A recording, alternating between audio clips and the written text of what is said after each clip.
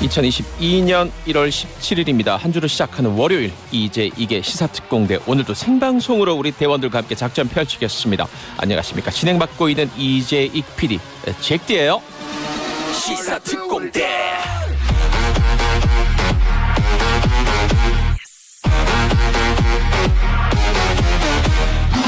뭐니 해도 오늘의 화제는 어제 저녁에 MBC 방송국에서 보도가 됐던 김건희 씨, 윤석열 국민의힘 대선 후보의 아내죠. 김건희 씨와 서울의 소리 기자와의 그 통화 내용이었습니다. 보신 분들도 많고 기사로 접한 분들도 많을 텐데 어떤 생각을 하셨습니까? 생각한 게 이것저것 많지만 그냥 잘라서 한 줄로 얘기하자면 저는 천박하다는 느낌을 받았습니다. 그냥 그랬어요. 좀 천박하다는 느낌을 받았습니다. 그 내용도 그렇고 여러 가지가. 또 이렇게 말하면 또 역시 이재익이는 이 좌익이다 뭐 이런 얘기를 하겠지만 저는요 김건희 씨가 얘기했던 그 내용만 천박하다는 생각이 들었던 게 아닙니다. 김건희 씨한테 누나 나 얼마 줄 거야 이렇게 접근하면서 그렇게 녹취록을 모아오고 그리고 나중에 그걸 또 깐 기자의 그 태도도 저는 조금은 천박하다는 생각이 들었고요. 사실 뭐 그간 보여줬던 이재명 후보 본인의 그런 욕설이라든지 또 그 가족 아들이 불법 도박 사이트라든지 이 성매매 업소에 남긴 후기들도 뭐 그렇게 고상하다는 느낌은 들지 않았습니다. 여기저기 여러모로 천박한 것들이 많은 요즘 이 방송이라도 저는 좀 고상하게 품위 있게 해보려고 합니다. 그래요. 뭐 천박함, 고상함, 품위 이런 이야기들 하면서 그레이스 켈리라는 노래를 들려드렸습니다. 미카라는 가수의 노래입니다. 그레이스 켈리. 제 시대의 배우는 아닙니다. 저희 부모님 세대의 배우죠. 잉글리트 버그만이라든지 누가 있었나요? 그때 엘리자베스 테일러 뭐 이런 배우들과 함께 시대를 풍미했던 품위와 고상함의 화신이라고 하는 그레이스 켈리라는 노래를 들려드렸습니다. 저 시사특공대도 저희 시사특공대 모토는 재밌는 방송이에요. 그러나 품위는 잃지 말아야겠다. 또 이런 생각을 해봅니다. 많은 분들이 품위를 잃지 않으려면 이 노래 따라 부르는 것부터 멈춰야 한다고 하는데 아니야. 그것과 그것은 약간의 결이 다릅니다. 앞으로 좀 노래도 품위 있게 한번 따라 불러볼까요? 그럼 뭐 오페라 아리아 같은 거 들려드려야 되나? 요런 거는 조금 품위 있지 않습니까? 정치가 천박함을 달릴 때 우리는 품위를 잃지 않는다. 우리는 고상함으로 간다. 이제 이게 시사특공대 듣고 계십니다. 그렇다는 게 아니라 그러려고 노력한다는 얘기입니다. 자, 샵 1035번 50원 100원으로요. 여러분들 하실 말씀 있으면 해주세요. 그리고 고릴라 유튜브로 듣고 계신 분, 구경하시는 분들은 무료로 또 댓글 달 수 있습니다. 정말 품위 있고 고상하게 뉴스를 전해주시는 분이죠. 정상근 기자 나와 있습니다. 안녕하십니까? 네, 안녕하십니까? 자, 오늘 뉴스가 많습니다. 코로나19 확진자 소식부터 들어볼까요? 오늘 발표된 코로나19 신규 확진자 수는 3,859명이 나왔습니다. 어제보다 300여 명 정도 줄면서 엿새 만에 3,000명대로 떨어졌는데요. 다만 지난주 월요일에 발표된 확진자 수에 비하면 또 850명이나 늘었습니다. 이 오미크론 변이 확산에 따라서 확진자 수가 점점 늘고 있는 것으로 보이는데 지난주 오미크론 변이 검출률 비율이 26.7%까지 올라왔습니다. 네. 근데 그 전주가 12% 정도였거든요. 2배 이상 뛰었다는 얘기잖아요. 그렇습니다. 한 주 한 주 지날수록 지금 2배 이상씩 검출률이 빠르게 올라가고 있습니다. 빠르네요. 그 얘기는 다음 주쯤이면 오미크론 변이가 우세종이 될 가능성이 높다라는 뜻으로 해석이 되고 있습니다. 다만 위중증 환자 수는 감소세를 이어가고 있습니다. 오늘 발표된 위중증 환자 수는 579명으로 54일 만에 500명대로 떨어졌습니다. 중증병상 가동률은 전국적으로 32.3%고요. 사망자는 23명 늘어서 사흘 연속 20명대가 나왔는데 100여 명에 육박했던 얼마 전보다는 수가 적어지긴 했습니다. 이 부스터샷 접종률이 인구 대비 45%까지 올라왔고 특히 60세 이상 고령층의 부스터샷 접종률이 83%를 넘어가면서 위중증 환자와 사망자 수가 줄고 있는 것으로 보입니다. 한편 오늘부터 사적 모임 가능 인원이 4명에서 6명으로 늘어납니다. 다만 다중이용시설의 운영시간을 포함한 대부분의 지침은 3주 연장이 됩니다. 식당과 카페는 여전히 밤 9시까지 그리고 PC방과 공연장 등은 밤 10시까지만 문을 엽니다. 이들 시설에서는 여전히 방역 패스나 PCR 검사 음성 확인서를 제시해야 하고 미접종자는 혼자 이용해야 합니다. 다만 정부는 이 보습학원, 독서실, 박물관, 영화관, 대형마트, 백화점 등 시설의 방역 패스를 내일부터 해제한다라고 밝혔습니다. 이 법원의 판결이 나왔고 또 혼선이 우려되면서 결국 해제가 결정이 됐는데요. 그러나 이 백화점이나 마트 안에 있는 식당이나 카페의 방역 지침은 별도로 마련하기로 했고 또 학원은 방역 패스가 없어지지만 이 관악기, 노래, 연기 같은 이 마스크 착용이 어렵거나 침방울 생성이 많은 분야 학원은 방역 패스를 유지하기로 했습니다.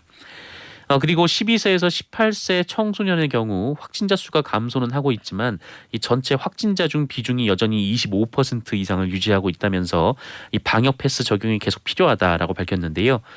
다만 학원 등 학습 시설 같은 경우에는 대부분 방역 패스 대상에서 제외가 됐기 때문에 네. 이 법원의 판단도 달라질 것으로 기대한다라고 밝히기도 했습니다. 우리 방송 들으면서 이영자 대원께서 잭디 여기 평택인데요. 지난주에 미군 부대에서 시작된 확진자들 엄청 나오고 있습니다. 미군 부대에서 또 확진자들이 또 발생해서 또 많이 늘었더라고요. 네네. 근처 사시는 분들 조심하시고 뭔가 이상이 있다 그러면 빨리 검사를 받아보셨으면 좋겠습니다. 야, 참 지난 한 주 내내 많은 분들을 정말 슬프고 우울하게 만들었던 뉴스.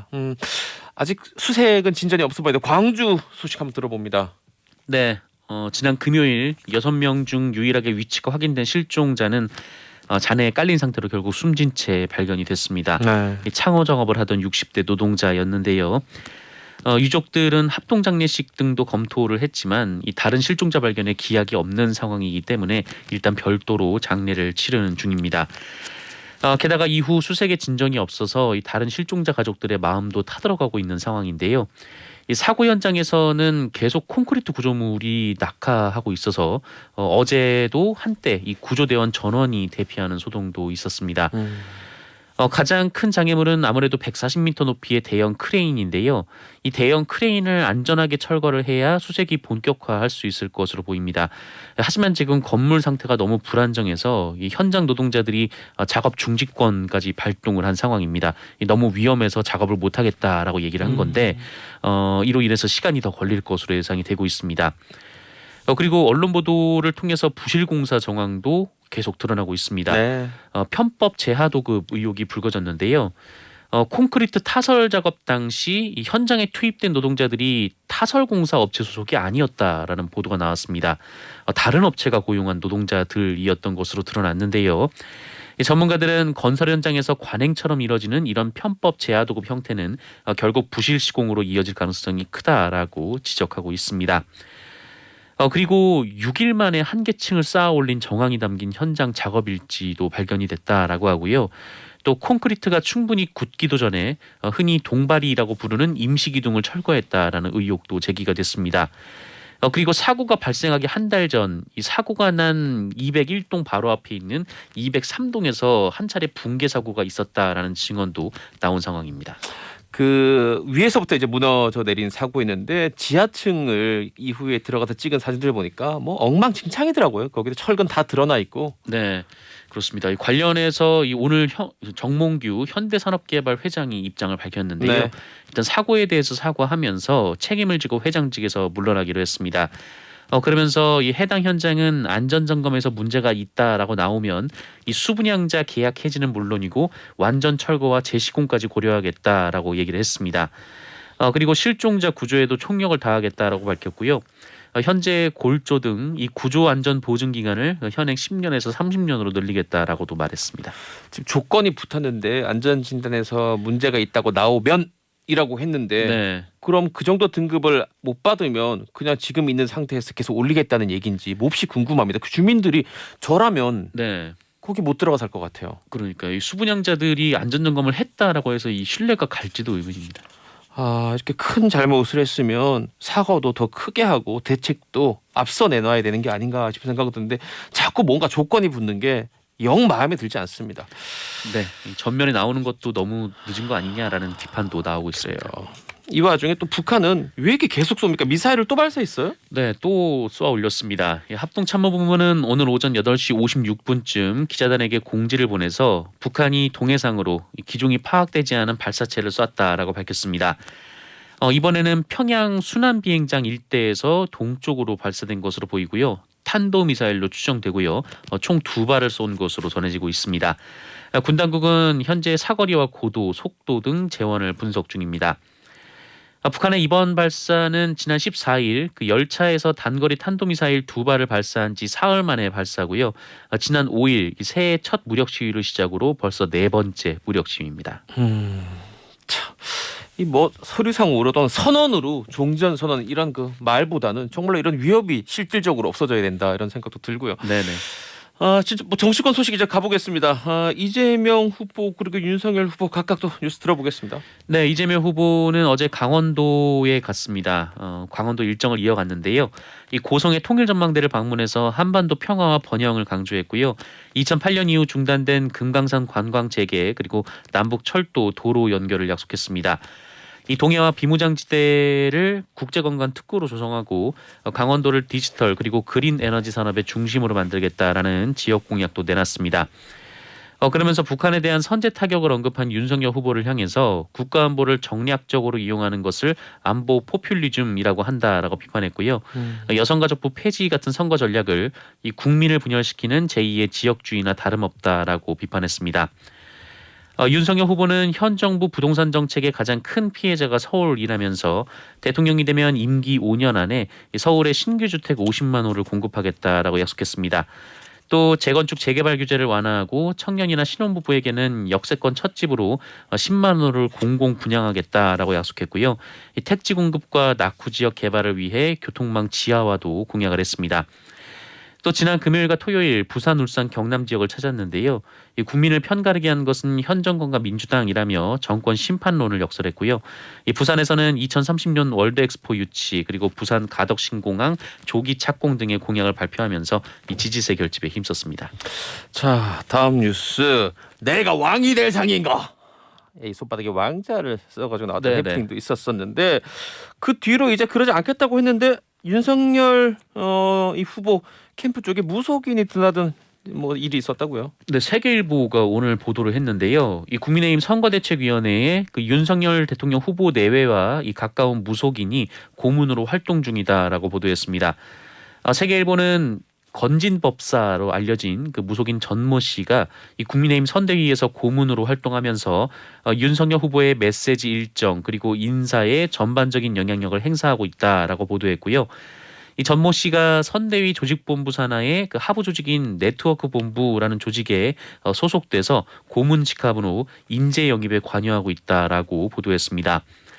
또 이 선대본부 사정에 밝은 관계자를 인용하는 방식으로 이 전모 씨가 윤석열 후보와 각별해 보이는 데다 위세가 본부장 이상이어서 실세로 불린다라고 전했고요.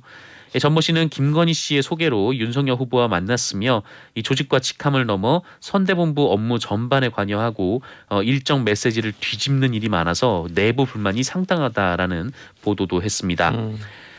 국민의힘은 해당 인사는 고문으로 임명된 적도 없고 무속인도 아니다라고 반박했습니다. 이 전모 씨는 사단법인 대한불교종정협의회 기획실장이라면서 해당 인사가 전국네트워크위원회에 몇 번 드나든 바는 있으나 이 선대본부 일정, 메시지, 인사 등과 관련해서 개입할 만한 여지가 전혀 없었다라고 반박했습니다. 제기된 의혹이 맞는지 또 해명한 내용이 맞는지는 뭐 아직은 뭐 이 자리에서는 알 수 없습니다만은. 포스트 모더니즘이 지나갔는데도 수십 년 됐습니다. 근데 갑자기 네. 왜 샤머니즘입니까? 2022년에. 네, 그렇습니다. 뭐 궁금하긴 하네. 나도 한번 물어보고 싶다. 내가 정치율이 오를 상인가? 그렇다고 하네요. 네, 그건 뭐 무속인이 아니어도 야 진짜, 웬일로 정상근 기자가 정치율이 올 것 같은 느낌을 또 이렇게 말씀해 주셨습니다. 네, 고맙습니다. 고맙으면 좋겠습니다. 자, 이 정의당 심상정 후보에게 오랜만에 또 뉴스가 나왔습니다. 칩거 중이었는데 어떻게 나왔습니까? 네, 이 정의당 심상정 후보는 오늘 칩거를 마치고 대선 레이스에 공식 복귀할 예정이라고 합니다. 지난 12일 돌연 일정 중단을 선언한 뒤 숙고에 들어간 지 닷새 만인데요. 네. 심상정 후보는 어제 비공개 일정으로 광주 붕괴 사고 현장을 찾아서 실종자 가족을 만난 데 이어서 오늘 오전에는 연세대 세브란스 병원에 마련된 이 광주 사고 희생자 빈소를 찾아 조문했습니다. 그리고 오늘 오후 국회에서 기자회견을 열어서 국민께 드리는 말씀을 발표할 예정인데요. 이 바닥에서 시작하겠다라는 메시지를 통해 이 진보 정치 현실에 대한 진단과 전면 쇄신의 필요성, 이 자신이 생각하는 위기 타개 방안 등을 밝힐 예정이라고 합니다. 이 활동 다시 시작했으면 저희 프로그램 출연은 다시 가능한 건지 보고 싶네요. 좀 빨리 연락 한번 취해봐야 될 것 같습니다. 나오신다고 했는데 자 안철수 후보 얘기도 또 들어봐야죠. 네, 국민의당 안철수 후보는 오늘 이 정부 여당이 추진하는 1월 추가 경정 예산안에 대해서 이 수십조 단위의 악성 포퓰리즘 돈 선거라며 권위주의 정권 시절 고무신 막걸리 선거와 뭐가 다른가라고 주장했습니다. 안철수 후보는 국가 채무 1,000조 원을 넘긴 상황에서 또다시 14조 원 규모의 추경안을 대선을 앞둔 여당에게 선물로 내놨다라면서 국가 재정에 미치는 해악과 미래 세대 부담 증가라는 측면에서 보면 몹쓸 짓이라고 말했고요. 얼마나 나라 국간을 몽땅 털어먹고 빚잔치를 벌여야 이 정부 여당의 탐욕의 배를 채울 수 있을지 암담하다라고 주장했습니다. 알겠습니다. 마지막 이렇게 오늘 저 주요 후보 4분 뉴스를 다 또 골고루 전해주셨습니다. 네, 뉴스가 있어서요. 네. 그래요. 우리 그 군사 기술도 상당히 몇몇 부분에서는 뛰어나게 지금 발전됐다는 얘기들이 많이 들려왔는데 그 결과물이라고 할 수 있는 뉴스가 나와 있습니다. 네, 아랍에미리트가 이 한국형 패트리엇으로 불리는 이 탄도형 요격 미사일 체계인 천궁2를 수입하기로 했습니다. 지난해 11월 이 UAE가 국방부 공식 트위터를 통해서 구매 의향을 발표한 지 2달여 만에 최종 서명까지 이루어지게 됐는데요. 계약 규모가 35억 달러, 우리나라 돈으로 4조 1천억 원 정도 된다라고 하고요. 국산 단일 무기 계약건으로는 역대 최대 규모로 전해지고 있습니다. 천궁은 이 탄도탄과 항공기 공격에 동시 대응하기 위해 개발된 이 중거리 중고도 지대공 요격 무기 체계입니다. 구형 호크 미사일을 대체하기 위해서 개발됐으며 2018년 양산에 착수해서 지난해 11월 이 최초 포대 물량이 우리 군에 인도된 바 있습니다. 이 교전 통제소와 다기능 레이더, 발사대, 유도탄 등으로 구성이 됐다고 하고요. 한 발당 가격이 15억 원에 이른다라고 합니다. 그리고 이 천궁은 개발 과정에서 이뤄진 이 다수의 시험 발사에서 100% 명중률을 기록하기도 했습니다. 이 탄도탄 요격 체계는 이 전 세계적으로 일부 선진국만 개발에 성공했을 정도로 최첨단 기술이 적용된 그 유도 무기 체계라는 점에서 이번 수출은 해외 방산 시장에서 국산 무기의 기술력을 인정받은 것이다라는 평가가 나오고 있습니다. 그리고 지난달 이 K9 자주포의 호주 수출 계약이 성사된 데 이어서 현재 이집트와도 K9 수출 협의가 진행 중인 것으로도 전해졌습니다. 좋습니다. 사실 그동안 정상근 기자하고 이 군 관련해서는 좋지 않은 뉴스들을 많이 전해드렸어요. 이 뭐 그 병사들 급식 문제라든지 아니면 여러 군에서 계속 반복해서 벌어지고 있는 성폭력 문제라든지 우리 칭찬할 게 있으면 또 저희도 또 보도해드립니다. 이런 것도. 기자님 내일 뵙겠습니다. 고맙습니다. 네, 고맙습니다. 이제 시사특공대 2부로 갈게요.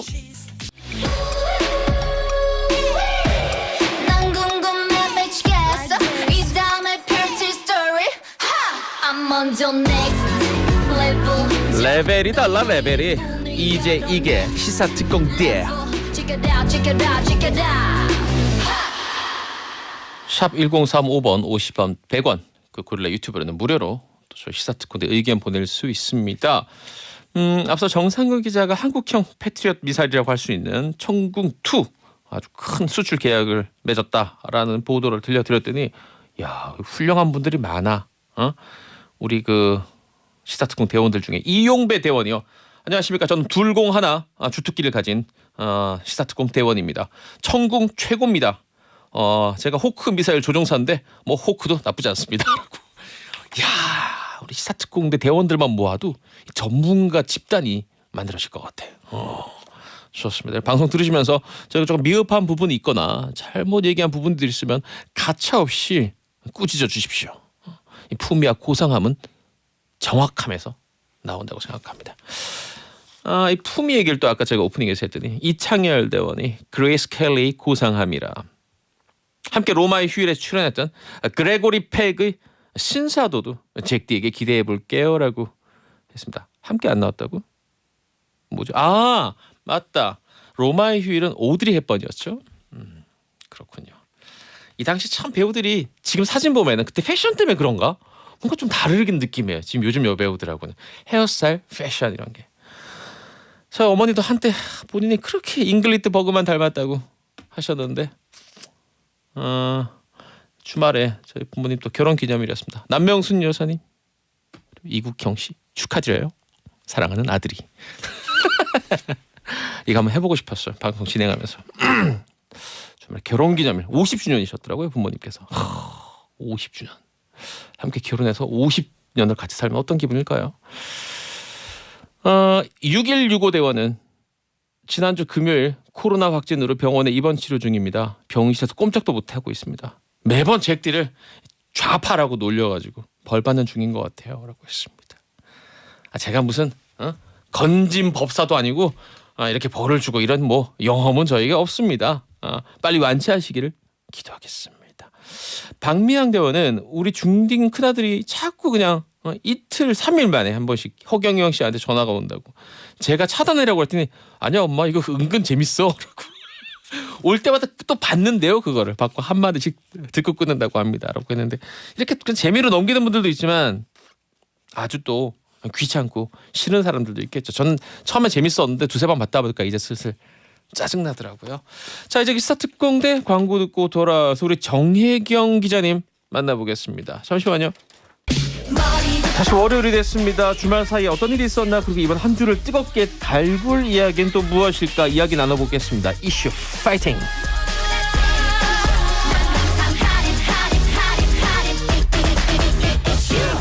자 월요일의 특공대원이죠. SBS에서 보도국 전체를 통틀어서 가장 흥이 많은 분이 흥의 여신 정혜경 기자 나와있습니다. 안녕하세요. 안녕하세요. 이번 주말은 뭐 좀 뭐 쾌라고 하나요? 흥이라고 하나요? 뭐 재밌는 게 있었나요?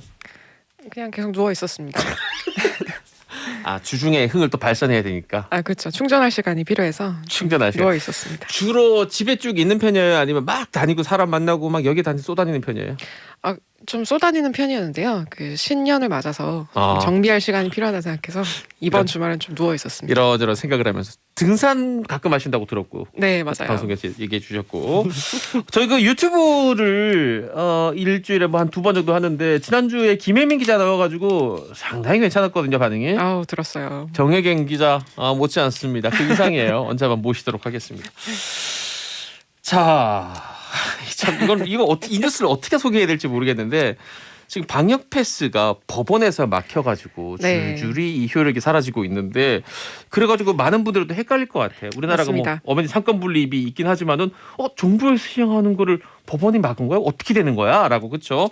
정리 부탁드리겠습니다. 네 오늘 오전에 그 중대본에서 이런 혼란상 때문에 발표를 하긴 했습니다. 그러니까 전국적으로 학원, 도서관, 박물관, 영화관, 대형마트에는 방역 패스 적용을 제외한다 이런 발표를 했는데요. 네.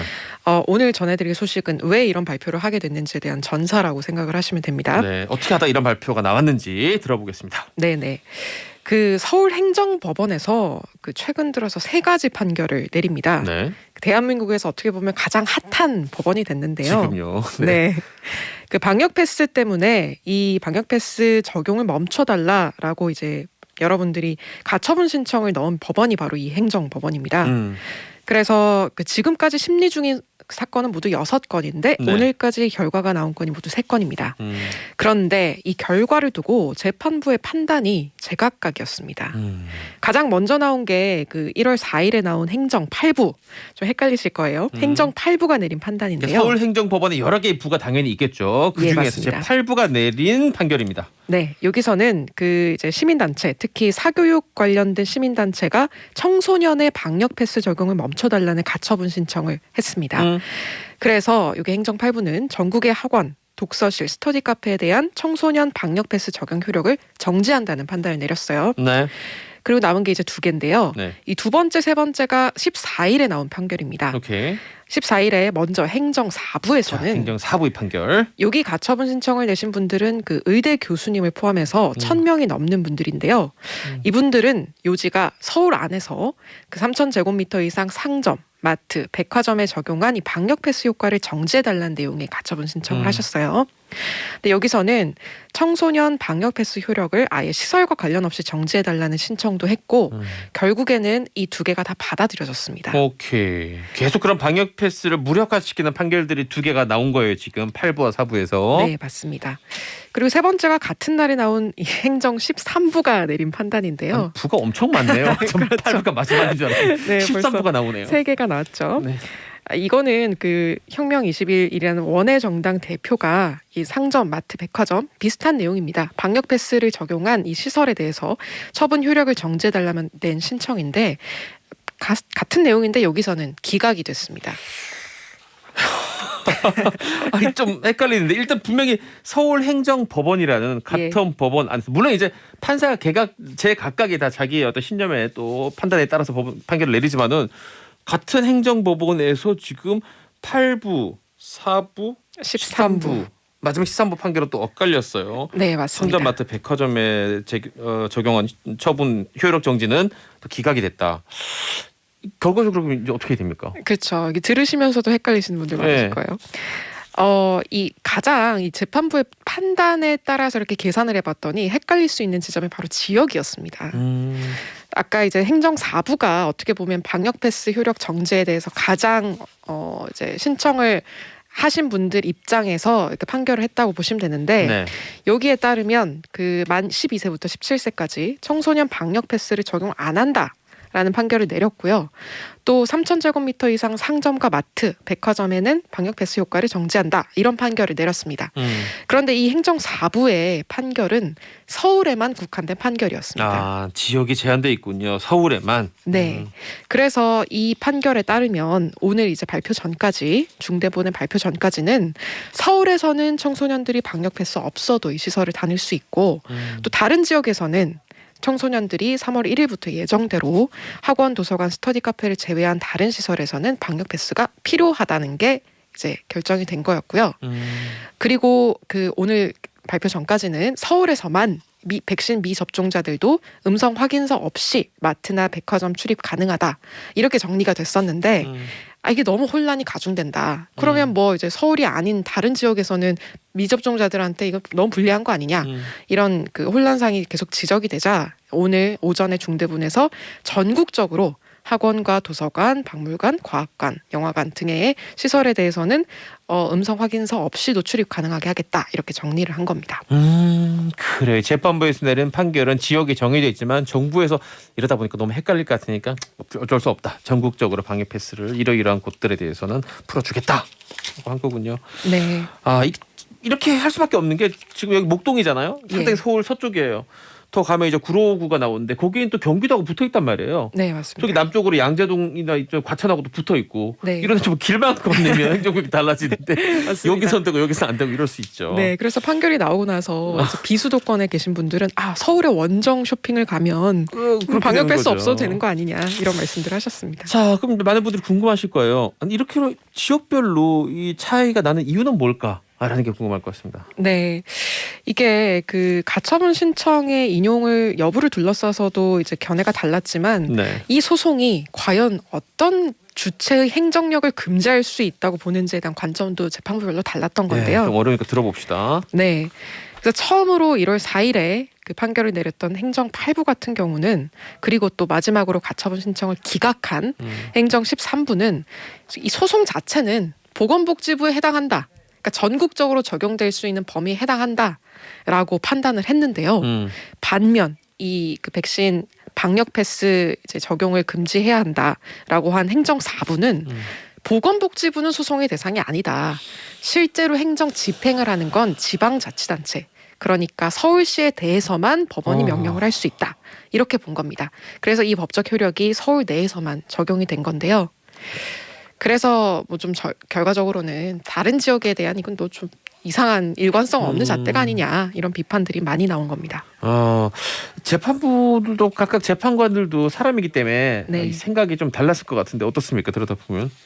네, 그 백신 효력을 두고도 좀 견해가 차이가 났습니다. 네. 그래서 어떤 재판부는 이 감염 접종자와 미접종자 간의 이 감염 확률 차이가 크지 않다고 판단한 반면 어떤 재판부는 이 백신 접종을 해야 중증으로 가는 비율을 줄일 수 있다. 뭐 이런 식으로 밝혔는데요. 뭐 가령 이제 행정 4부 같은 경우는 백신 효력은 인정했으나 방역 패스 효력을 정지해달라는 신청은 또 기각을 했어요. 신청을 이제 받아들였죠. 그러니까. 그런데 이제 기각을 한 행정 8부 같은 경우는 이 백신 효력이 그 접종자와 미접종자 간의 차이가 크지 않다고 판단해서 정말 그야말로 좀 직관적으로 이해하기가 어려운 그런 상황이 된 거죠. 이게 굉장히 보도가 많이 됐죠. 이 판결이. 예, 맞습니다. 그래서 사실은 이제 뭐 시민의 권리를 제한하는 게 맞죠. 그 방역 패스라는 것도. 그렇죠. 그래서 법률적인 검토가 분명히 필요한 부분이 있는데 사실 재판부가 방역 전문가는 아니란 말입니다.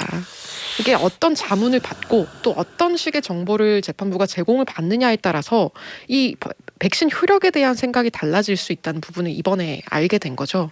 그런데 아직까지 이제 3건이 더 남아 있고 또 본안 심사라든가 아니면 소송이 좀 추가적으로 더 남아 있기 때문에 재판부가 과연 방역 정책에 이런 영향을 끼치는 게 옳으냐라는 논란은 좀 지속될 것으로 보입니다.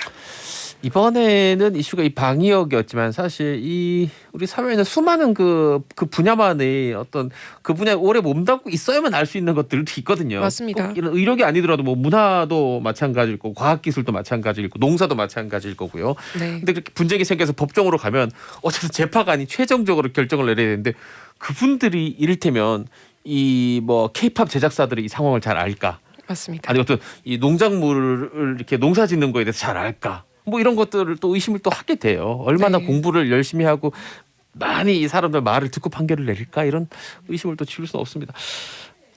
우리나라만 있는 이런 일이 벌어지는 건 아닌 것 같아요. 네, 맞습니다. 아무래도 이제 초유의 사태다 보니까 이제 시민들의 자유를 제한하는 이 방역 대책이 법원에 가서 좀 말씀하신 것처럼 끝판왕처럼 이제 가려지는 경우들이 있는데 미국도 마찬가지입니다. 현지 시각 13일 미국 연방 대법원도 바이든 행정부의 방역 정책에 이렇게 제동을 건 판결을 합니다.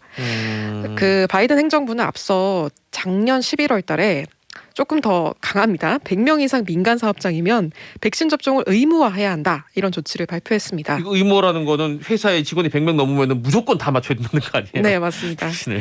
그렇지 않을 경우에는 이제 마스크를 착용하고 또 정기적으로 코로나 검사를 받도록 했고 이를 지키지 않을 시에는 사업주가 과태료를 물도록 했습니다. 그런데 이제 연방 대법원이 대법관 6대 3의 의견으로 이제 이 결정은 국민들의 이익을 침해할 수 있다 이렇게 판단을 했는데요. 그러면서도 의료 종사자에 대한 그 백신 접종 의무화는 유지하는 판결을 내렸습니다. 그래서 이번 판결에 따라서 또 미국에서도 좀 많은 영향을 끼칠 것으로 보이는데 그 백신을 접종하지 않았다는 이유로 직장에서 해고 또 정직, 무급 휴직 같은 이 징계성 인사 조치를 당한 근로자가 이거를 취소해달라. 뭐 법원에서 이렇게 발표하지 않았냐. 이런 법적 근거가 생긴 겁니다. 그러네요. 이 미국 같은 경우는 당연히 인구도 우리나라보다 훨씬 더 많은 큰 나라이기 때문에 이 영향받는 지금 아까 그런 법적 근거가 생겼다고 이 법적 근거에 영향받아가지고 뭔가 문제를 제기할 수 있는 사람 숫자도 되게 많을 것 같은데. 네, 영향을 받을 노동자가 약 8천여만 명으로 좀 추산이 되는데요. 우리나라 인구보다 더 많은데요. 그렇죠. 많은 소송들이 이제 있을 가능성이 높아진 거죠. 이런 거 생각하면 또 우리나라 이런 또 어떤 이 난리도 아니라는 생각도 들고. 그렇죠. 6건이니까요. 이 국제 뉴스 같은 거 보다 보면 미국이나 중국 같이 큰 나라들 얘기 들어보면 이게 약간 규모가 사이즈가 너무 다르니까 약간 멍해질 때가 있습니다. 지금 미국 같은 경우에는 이런 식으로 법적 소송이 벌어질 대상이 될 수 있는 사람이 노동자 8천여만 명이라고. 그렇습니다. 와. 자, 지금까지 이 방송을 다 들으면서도 솔직히 네. 말하면 많은 특공대원들이 나 지금도 헷갈려 하는 분들 분명히 있을 거예요. 이거 네. 특공대원 여러분들의 책임이 아니에요. 자, 방역 당국이 이런 혼란 막기 위해서라도 뭔가 좀 대안을 내놔서 실질적으로 딱 정리를 좀 해줬으면 좋겠는데 뭐 어떻게 돼가고 있습니까? 네, 그래서 정리를 드리자면 이제 오늘 오전에 중대본에서 발표를 했어요. 일단은 청소년 방역 패스는 서울에서만 해제됩니다. 그러나 이제 다른 지역에서도 뭐 학원이나 독서실 이런 스터디 카페에 대해서는 방역 패스 없어도 이 청소년들이 드나드실 수 있고요. 다만 이제 전국적으로 통일된 기준은 마트나 백화점 또 뭐 박물관, 도서관 같은 시설에 대해서는 방역 패스 없으셔도 이제 가실 수 있습니다. 그렇게 정리가 된 걸로 이해하시면 되겠고요. 다만 그 청소년 방역 패스에 대해서는 이제 중대본이나 보건복지부 측도 그 주장을 내려놓지 않고 있어요. 그러니까 법원이 이제 청소년에 대한 백신 접종이 중요하다는 사실은 알고 있을 거다라고 강조를 하면서 법원 판결도 이제 조금 더 달라지지 않겠냐 이런 기대감을 보이기도 했는데요. 일단은 그렇게 알고 계시면 될 것 같고 이제 오늘부터는 그 이제 수도권 비수도권까지 백신 접종 미접종 상관없이 6명까지 이제 사적 모임이 가능하다는 것만 바뀌었고요. 4명에서 6명으로 늘어난 거. 네네. 다른 뭐 영업 제한 시간이라던가 조치들은 종전 기준 유지한다 이렇게 보시면 되겠습니다. 사실 모든 것이 이제 그 정말 국가적인 재난 때문에 이 그 뭐라고 해야 되나 자유를 제한하는 네. 그게 맞느냐 법적으로. 네네. 또 근원적인 어떻게 보면 법 철학의 문제일 수도 있죠. 거창하게 얘기하면. 네, 맞습니다. 광주 현대산업개발 신축 아파트 붕괴 사고 얘기도 해야 되는데 이게 시간이 이렇게 많지는 않은데 박경인 대원님 문자. 제가 광주에 살고 있는데요. 학동도 마찬가지고 유가족분들 실종자 가족분들 오열하는 모습 마음이 너무 안 좋습니다라고 했습니다.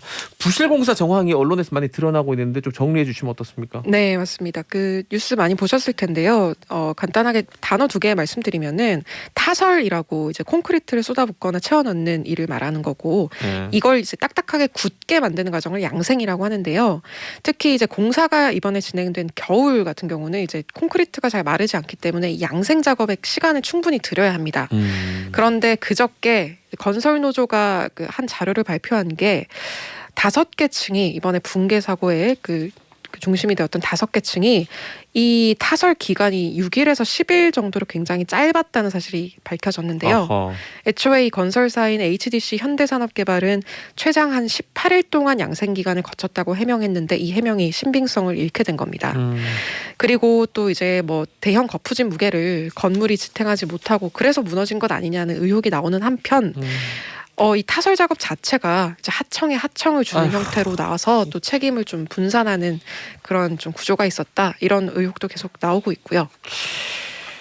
저도 그 주말 사이에 뭐 당연히 이것저것 많이 찾아보면서 놀라기도 했는데 지금 현장 내부 영상도 계속 공개되고 있고 뭐 지하에 막 철근 다 드러난 기둥사진 이런 거 다 지금 나왔는데 사고 원인이 좀 이제 정확하게 좀 나올 것 같습니다. 곧 네. 어떻습니까? 근데 이 원인이라고 할 만한 게 이제 한두 가지가 아닙니다. 그 속속 지금 공개가 되고 있는 어떤 그 요인들이 뭐 아까 전에 이제 요약해서 말씀을 드렸지만 뭐 양생 기간도 그렇고 이 하중을 떠받치는 동발이라는 장치가 제대로 설치되지 않았다는 분석도 나오고 있는 한편 현장 그 건설 현장을 담당하는 감리 업체가 네. 최근 3년 사이 2번이나 부실 감리로 적발된 사실도 확인이 됐습니다. 에이, 이런 업체를 쓰면 안 됐을지. 참. 맞습니다. 사실 이번에 그 경기 평택 냉동창고에서도 소방관 3분이 화재 사고로 돌아가셨잖아요. 네. 그러니까 이때 당시에도 이 현장 감리를 맡았던 회사가 부실 감리로 적발돼서 벌점을 부과받은 전적이 있는데 이번 현장에서도 이런 부실 감리 정황들이 속속 밝혀지고 있습니다. 아니 이렇게 문제 있는 업체랑 계약을 하면 안 되죠. 그렇죠. 자 지금 수색 작업은 어떻게 돼가고 있습니까? 지금 계속 시간이 너무 많이 흐르고 있는데요. 네, 맞습니다. 숨진 채 발견된 1분 제외하고 이제 나머지 5분에 대한 수색을 벌이고 있는데요. 이게 타워 크레인 해체 작업이 계속 늦어지고 있어서 수색 작업도 좀 난항을 겪고 있습니다. 이게 크레인이 사고 당시에 그 고정 장치 일부가 떨어져 나가면서 건물에 사실상 매달려 있는 상태입니다. 그래서 이 크레인이 떨어지면 사실 이 해체 작업을 하는 분들의 안전까지 위협을 할 수 있기 때문에 HDC 측에서도 이 크레인 4대를 추가로 투입을 해서 해체 작업을 조금 더 좀 안정성 있게 할 예정이다 이렇게 발표를 했습니다. 그래서 21일까지는 좀 완료될 수 있지 않느냐라고 그렇게 보고 있긴 한데 실종자 가족분들은 좀 마음이 답답하시죠. 21일이면 오늘 17일인데 또 한 나흘 더 있어야 되는데 지금 그렇습니다. 날씨 겨울 날씨 가족들은 정말 가슴이 찢어지고 있겠어요. 지금 이 순간에도. 네, 연일 이제 또 인터뷰도 하고 계신데 사실상 오늘까지 발견이 되지 않으면 실종자들이 지상에서 발견될 확률이 거의 없다고 본다 이렇게 또 전하시기도 하셨고요.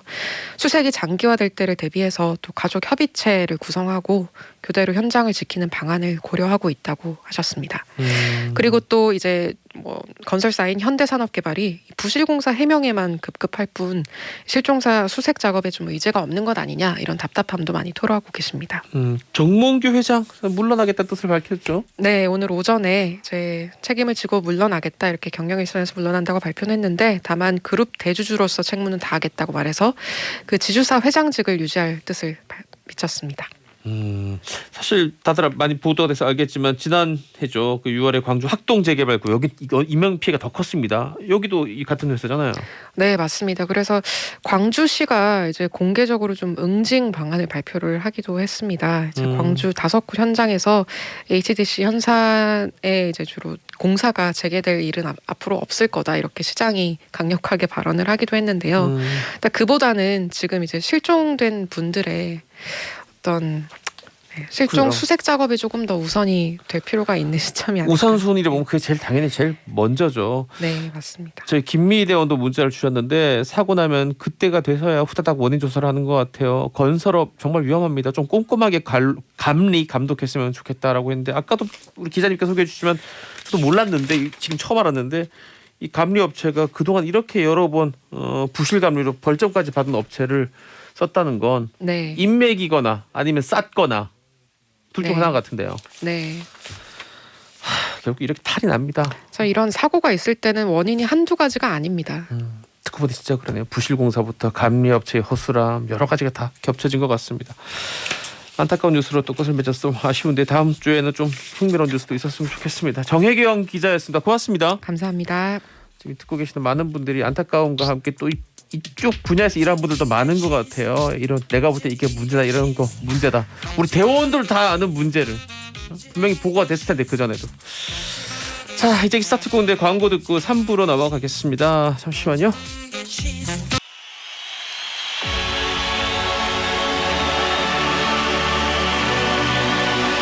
Countdown.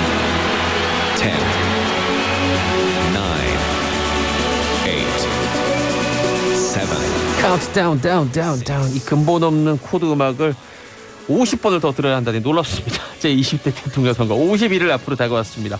신 대변인과 서 대변인 그리고 유권자가 함께하는 신서유기.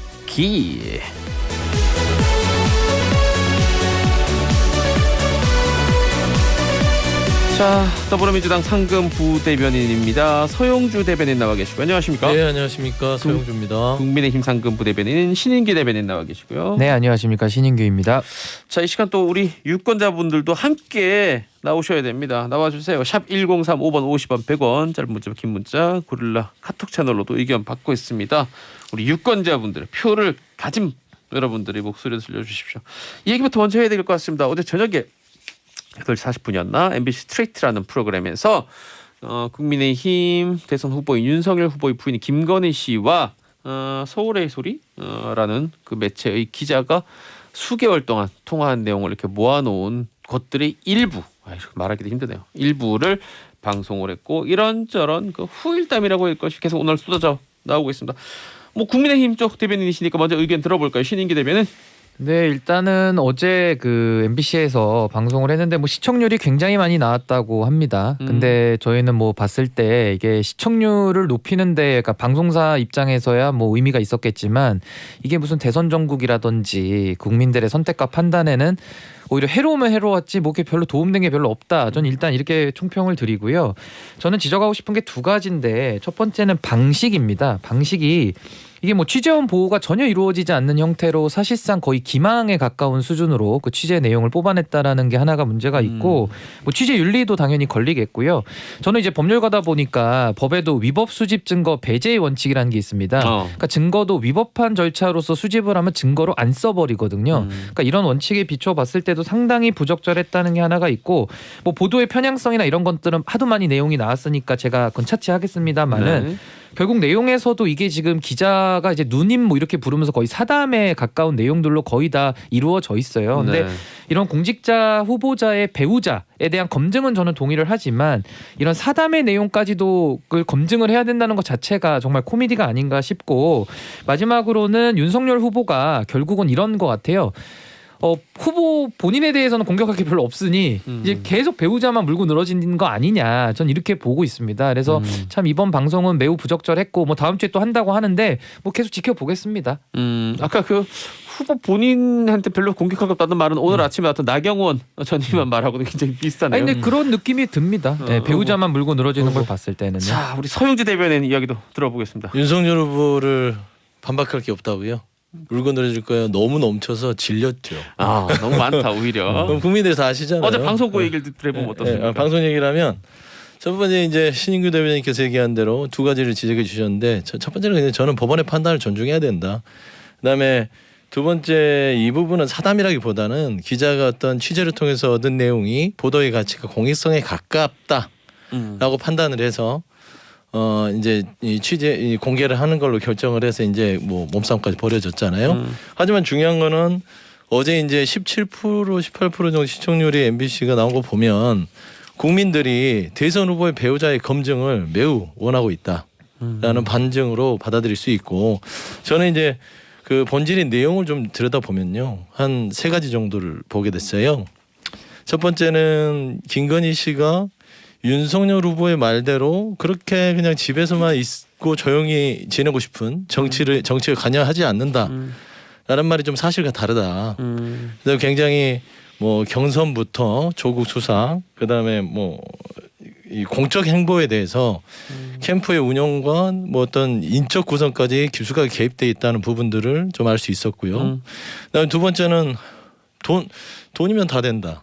나는 좀 그런 좀 인식이 좀 뭐 좀 이런 표현은 그렇지만 저열한 인식 수준. 왜냐하면 그 미투 발언을 할 때 상당히 좀 놀랐어요. 그러니까 그냥 미투가 잘못했다.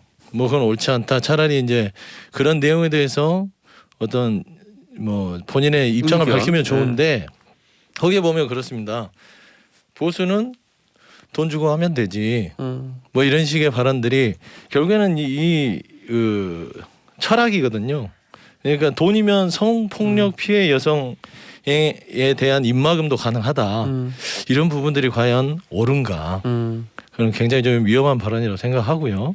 그다음에 이제 그렇죠. 그다음에 기자를 1억 원 정도 줄 테니까 와서 넘어와라. 회유하는 부분들. 그러니까 돈이면 다 된다는 식의 좀 그런 부분들에서 아쉬움이 있었고 두 번째는 또 그 영적인 사람이다. 그래서 나는 그런 시간에는 도사들과 만나서 이런저런 얘기를 논의하는 게 낫다. 그러니까 저는 그 얘기를 들으면서 아 이분이 그런 부분에 뭐 가질 수 있습니다. 개인적인 취향으로 네. 뭐 주술이나 뭐 이렇게 점을 볼 수도 시민들 있고. 전보로 다니는 시민들 많이 그렇죠. 있죠. 그건 네. 일반적으로 이제 통용이 되지만 이런 부분들이 윤석열 후보의 선거 과정에서 나타났던 손바닥 왕자 논란이나 뭐 그다음에 개사가 그다음에 최근에 뭐 어젠가요 오늘 보도됐죠. 그래서 그 윤석열 후보 캠프의 그 건진 대사 그렇죠. 이름이 대사님이죠. 이제 뭐 도사님인지 대사님인지 모르겠지만 그런 부분들이 관여해서 선대위의 메시지나 일정 부분에 관여했던 부분이 있다는 그런 보도도 있었기 때문에 그런 부분이 아 이런 잘못하다가는 윤석열 후보가 만약에 정권을 잡으면 뭐 도사들과 의논해서 어떤 정권에 관여할 수도 있지 않냐 이런 우려들도 생각을 됐고요. 네. 이제 첨언을 하자면 좀 국민의힘이 안쓰러웠어요. 왜냐하면 그 윤석열 후보도 그랬잖아요. 부득이 국민의힘에 입당했다라는 발언이 있고 그다음에 김건희 씨가 그런 얘기를 하죠. 보수들 바보 같은 것들. 보수에 대해서 안전 그러니까 이제 많이 그렇게 나왔어요. 규정을 하면서 보수에 대해서 인정을 하지 않음에도 불구하고 김기현 원내대표 포함해서 엊그제 MBC 가서 몸싸움까지 해가면서 이런 분들에 대해서 또 이렇게 힘을 쓰시니 좀 안쓰럽기도 하고 그다음에 김종인 박사도 참 안쓰러운 게 잔치판에 들어온 무슨 원에서 온 사람처럼 취급을 당해서 먹을 게 있으니까 온 거 아니냐 먹을 거에서 식으로 온 게 아니냐 표현했죠. 이런 발언들이 조금 좀 안쓰러운 마음이 있었다. 그래서 좀 여러 가지로 이 부분이 저는 대단히 뭐 충격적 발언이라 고해성사가 있을 거라고 생각하지 않았고요. 이건 곱씹어서 국민들께서 천천히 판단하실 부분이라고 생각합니다.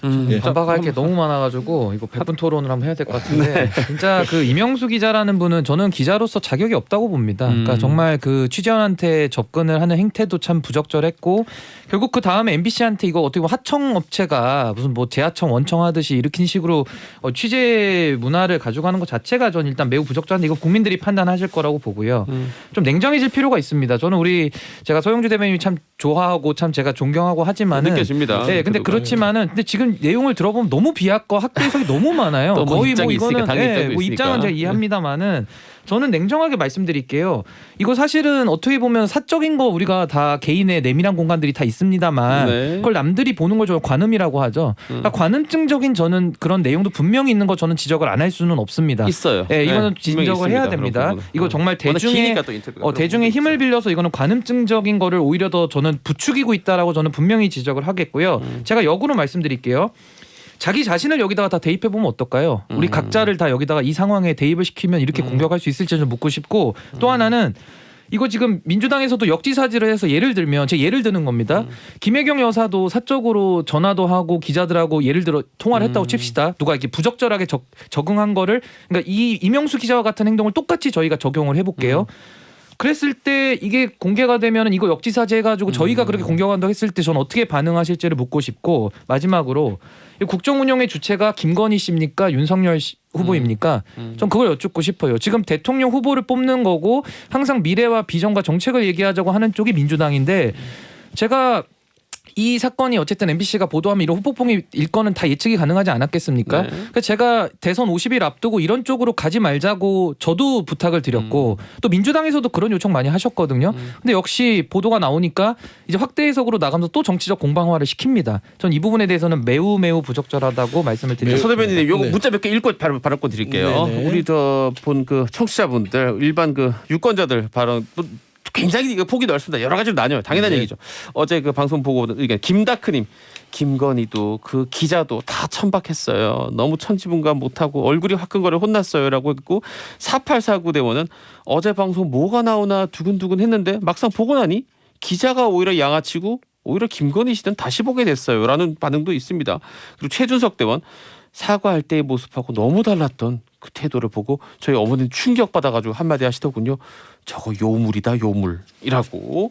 고춘자 대원 국민들 앞에 떳떳하게 공개하면 되지 뭐 또 모르는 비밀이 많아가지고 이것저것 가려서 방송을 하냐라고 어제 전 분량이 다 나오지 않고 일부만 나온 부분에 대해서 아쉬움을 또 표했고 등등 많은 부분이 있고 또 굉장히 고압적이고 보통 일반 국민들을 자기 발 아래로 놓고 있는 그런 태도가 느껴서 굉장히 불쾌했다는 5289 대원도 있고 김JS님 같은 경우에는 그런데 각종 커뮤니티에서는 김건희 후보에 대한 호감도가 급상승 중이네요라는 또 이런 아이러니한 현상도 얘기해 줬습니다. 자, 서 대변인님. 뭐 이런 이제 평가들에 대해서 제가 평가할 필요는 없을 것 같습니다. 다 왜냐하면 다릅니다, 국민들이 평가. 서로 다른 시각으로 볼 수 있으니까요. 하지만 이제 대선을 치르는 대한민국의 미래를 논하는 이런 면에서는요. 이 정치적인 부분에 있어서 우려를 표하는 부분들이 아까 말씀드린 세 가지 부분입니다. 그러니까 정치라는 영역이라는 것이 예전에 우리가 그렇지 않습니까? 한때 우리가 사적 권력의 전횡으로 빚어진 국가적 대혼란을 경험을 한 적이 있기 때문에 그 아픔이 있지 않습니까? 국정농단이라는 최순실. 그래서 그런 부분들에 대한 우려, 그래서 이성적 사고를 해야 되지 주술적 사고를 하는 것들의 우려가 느껴졌기 때문에 그런 지적이 있고요. 두 번째 아까 이제 말씀드렸지만 MBC 보도 부분에 있어서는 그렇습니다. 기자에 대한 태도를 말씀드리고 기자로서 인정 못한다고 하지만 그거는 좀 논박이지만 저는 그 서울에서 그 기자분이 기자를 인정합니다. 저는요 메이저 언론이든 마이너 언론이든 나누지 않습니다. 저도 기자 출신이기도 하고요. 하지만 말씀드리는 거는 아마 서울의 소리가 MBC한테 줬던 거는 윤석열 후보가 고발 사주 당시에 메이저 언론 정도는 돼야지 그런 인터넷 무슨 찌라시 취급하면서 했던 발언들에 대해서 네. 그냥 그러면 메이저 언론에 줄 테니까 해봐라라고 했던 부분이 있는 것 같아요. 그다음에 두 번째는 김혜경 김혜경 여사에 대해서 얘기를 했지만 김혜경 여사가 만약 이런 발언을 했다면 지금 난리 났을 겁니다. 한 뭐 10만 20만 기사 나오고요. 일면 탑 나오고요. 저는 그런 부분에 있어서는 명확하게 언론 지형에 있어서는 좀 그런 변화가 있었을 것이다라고요. 그다음에 세 번째 국정운영 그렇습니다. 국정운영은 윤석열 후보가 된다면 윤석열 후보가 하는 것이죠. 하지만 영부인으로서 그 옆에 보조 역할을 하고 틀림없이 이 김건희 씨의 대화는 윤석열 후보와 나눴던 대화들이 한 80% 이상은 맞다라고 보시면 될 것 같고 이 MBC에서는 보도 안 됐지만 유튜브 쪽에서 이제 공개한 내용 중엔 김건희 씨가 그럽니다. 내가 정권을 잡으면 이라는 발언을 합니다. 그러니까 본인이 정권을 잡는 주체라고 생각하고 있다. 이런 부분들이 아까 말씀하신 대로 상당히 위험한 발언이다. 차라리 아니면 우리가 정권을 잡으면 이게 아니라 내가 정권을 잡으면 이런 부분들에 있어서 좀 우려가 있다. 그래서 제가 봐서는 이거는 뭐 이게 맞다 틀리다보다는 이거를 아까 말씀한 대로 여러분들께서 이제 국민들께서 여러 가지 의견을 주셨잖아요. 이 부분들을 판단에 맡겨놓고 계속해서 결국에는 이것도 배우자의 검증에 속한다면 이 판단은 국민의힘이 득이 될지 아니면 민주당이 득이 될지 아니면 대한민국 미래에 대해서 어떻게 판단할지는 국민의 몫이다. 저는 그렇게 생각합니다. 그래요. 우리 서 대변인님 발언 두 번 들었으니까 짧게 듣고 1분 정도 짧게 해주시고 네, 다음 저는 아까 제가 지적 안 했던 건 너무 당연해서 제가 안 했는데요. MBC가 공영방송이죠. 이거 네. 전 국민이 다 동의할 겁니다. 네. 공영방송은 정치적 중립성 내지는 균형보도 원칙이 있습니다. 그거 제가 그냥 조문으로 말씀을 드리겠고요. 지금 말씀하신 것 중에 전 딱 하나만 반박하고 싶은 것은 메이저냐 마이너냐를 구별지어서 지금 저희가 얘기하는 건 아닙니다. 아닙니다. 지금 윤석열 후보의 그 과거 실언에 대해서 또 연결지어서 비판을 하시는데 메이저 언론도 이런 식으로 취재하면 그 기자 취급하면 안 된다고 저는 봅니다. 그러니까 방식의 문제입니다. 취재원을 보호하고 정당한 방법으로 취재를 해서 방송을 하고 알 권리를 만족시켜야 되는 것이 언론의 사명이고 언론의 기능입니다. 우리 민주당 언론 공격 많이 하시지 않았습니까? 그러니까 언론의 본질을 생각해봤을 때 이런 행태까지도 이거 뭐 괜찮다. 그리고 메이저 마이너 너희들은 구별했으니까 뭐 이거 괜히 마이너 언론에 대해서 폄훼하는 거 아니야. 이런 식으로 접근해서는 안 되고요. 메이저 언론사에서도 이런 방식으로 취재하는 거 저는 반대고 이런 식으로 민주당에 대해서 만약에 이런 소위 말하는 공작 같은 이런 식의 취재 방식을 쓰는 거 저는 반대합니다. 공작이 아니라 법원의 판단을 하는 거죠. 자, 여기까지 네, 듣도록 네. 하고 몇 개 또 지금 굉장히 글이 진짜 많이 올라오고 있거든요. 몇 개만 뽑아가지고 소개해드리겠습니다. 9595 대원은 우리 소영주 대변인, 민주당 소영주 대변인 지난주 지난주랑 다르게 오늘은 조금 버거워 보입니다. 제 주위 반응은 김건희 씨에 대해 상당히 잘못 쓴 것 같은데 상당히 호의적으로 오히려 바뀌었습니다. 라고 얘기한 부분도 있고 또 반대로 안 좋게 본 분들 3389 대원은 부적절하게 통화를 공개한 거는 뭐 국민들이 100번 이해한다 하더라도 영부인이 될 수도 있는 분이 그 영적인 부분에 대해서 도사운운하는 것 또 미투 관련된 발언은 진짜 아닌 것 같습니다. 라고 했습니다. 이건 저도 동감합니다. 6470 대원은 저도 기자 친구가 있는데 조심하려고요. 나중에 제가 훌륭한 사람 됐을 때 저에 대해서 폭로할까 봐 무섭네요. 라고 했습니다. 우리 6470 대원 꼭 훌륭한 사람 되기를 기원하겠습니다. 다른 얘기 해보겠습니다. 지금 이제 배우자 얘기를 했는데 사실 중요한 건 이제 본인이죠. 본인 중요합니다. 네. 이 윤석열 후보가 입장 바꿔가지고 설 연휴 전에 시기가 정말 중요합니다. 요 설 연휴 때 그러면 이제 그걸 보고 사람들이 이런 얘기 저런 얘기 하지 않겠습니까? 뭐 특별히 이렇게 적극적으로 토론 같이 하게 된 이유가 있을까요? 마음을 바꾼? 뭐 일단은 토론에 대해서는 국민들의 알 권리 차원에서 저도 많이 해야 된다고 말씀을 드려왔고요. 이제 이재명 후보에 대해서 그 여러 가지 갈짓자 행보들이 있다 보니까 이제 토론을 하기 전에 명확한 입장을 좀 세우고서 우리 토론을 하자 이제 이런 취지로 계속 주장을 했었는데 다행히도 양당이 이제 합의를 해서 국민 여러분들 앞에 이제 선보일 기회를 가졌고요. 어쨌든 남은 기간 동안에 전 아까 말씀드린 데 좀 더 건설적인 부분들을 저희가 많이 좀 집중해서 대한민국의 미래를 같이 논해봤으면 좋겠습니다. 자, 우리 소영주 대변인께 이번 토론 관전 포인트 어떤 점을 우리 유권자들이 보면 될까요? 일단은 뭐 이제 고집을 피우시던 토론 안 하겠다는 고집을 꺾으셔서 환영하고요. 환영한다. 그러니까 이제 통상 그렇습니다. 토론회가 법정 토론 이전에 잡힌 건데 첫 토론이니만큼 네. 좀 국민적인 관심사가 있을 것이고 거기다 후보의 태도에 대해서 평가를 하실 거예요.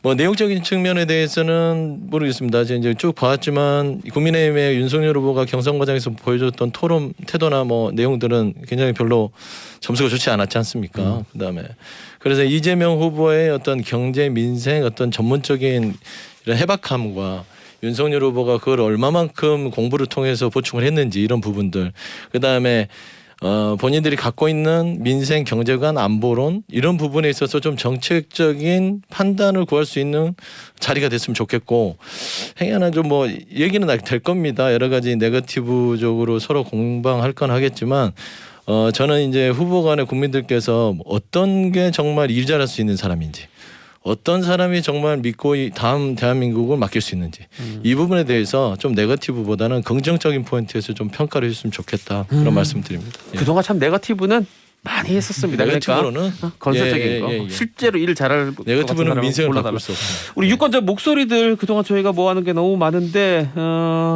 들어보겠습니다. 일단. 조성빈, 윤석열 후보의 한 줄 공약은 티저 광고 같아요. 호기심을 자극하고 다음을 기대하게 만들지만 그 다음이 시원치 않으면 효과가 마이너스가 되지요. 0527 윤석열 후보는 보고 그대로 있는 거 그만했으면 합니다. 적어도 대통령 후보라면 참모들이 적어준 게 아니라 본인의 생각을 말해야죠. 이문락 전 윤석열 후보의 지금 행적들을 볼 때마다 여전히 이 나라가 검사의 나라로 보여서 슬픕니다. 저는 검사 출신한테는 절대 투표 안 해요.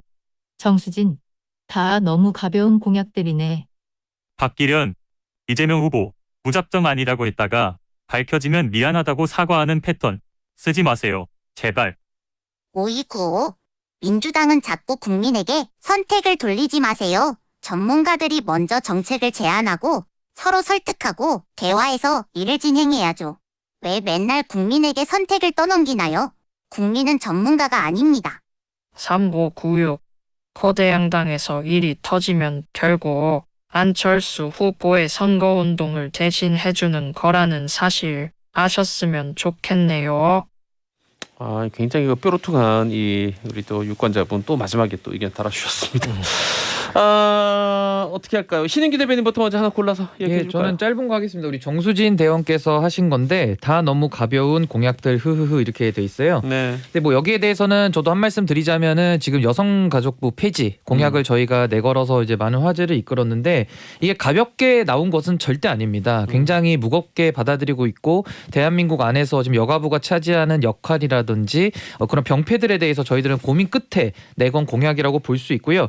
결국은 작은 정부론에 입각해서 이제 민간의 자율과 창의를 좀 더 정부가 간섭하는 것이 아니라 조금 더 활발하게 할 수 있는 이제 그런 여건과 토양을 만드는 것인데 거기에 나가기에 앞서서 정부 부처 중에서 비효율과 내지는 어떤 특정 이념에 사로잡힌 사람들이 그 정부를 그 부처를 장악하고 이제 국가의 운영의 한 축을 담당한다 그러면 예산이 세고 예산에 대해서도 우선순위에서 그게 다 어떻게 보면 꼬일 수밖에 없는 것이거든요. 그래서 이런 깊은 고민 끝에 나왔다라는 점을 다시 한번 강조드리고 싶습니다. 자, 서영주 대변인도 하나 꼽아 주시죠. 네.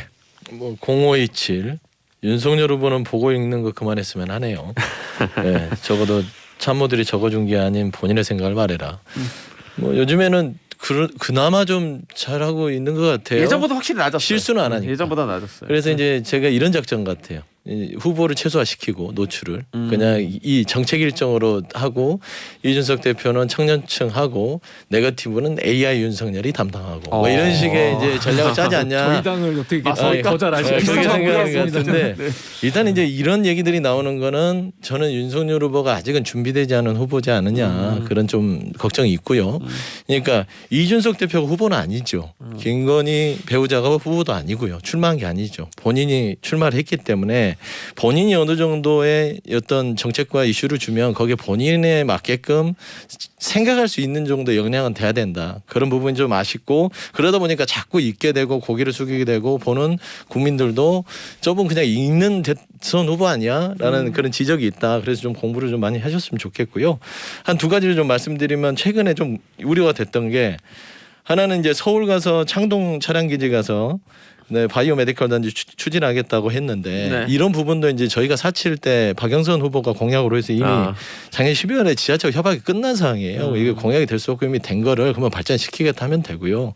두 번째 부산 가덕도 신공항 예타 면제하겠다는 것도 이것도 작년 2월에 저희 민주당이 가덕도 공항 특별법을 통과를 시킨 부분입니다. 그래 이런 부분들이 실무에 실수일 수도 있지만 본인이 이 정도는 알고 있어야 된다라는 것이고 좀 묵직한 부분들은 최근에 이제 오보 논란이 있었죠. 좀 독특한 오보 논란이었어요.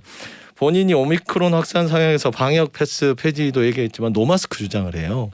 근데 노마스크 주장을 본인이 해놓고 나선 이거는 정정하면서 오보다 이런 부분들이 이제 기본적으로 후보가 가져야 될 지금 방역 상황에 대한 마인드가 부족하고 준비가 안 됐다. 이런 부분들은 말씀한 대로 이런 0527님처럼 생각하시는 국민들이 나오지 않게끔 좀 준비를 철저하셨으면 좋겠다. 야, 요건 발로기 한번 드려야 될 것 같아요. 광고 저는 듣기는. 솔직히 드는 생각이 저도 종이 보고 읽는 거는 모양이 이렇게 좋아 보이진 않거든요. 뭐 가끔 그런 적이 있었습니다만은 전 이재명 후보 말씀 잘하시는 거 저도 인정해요.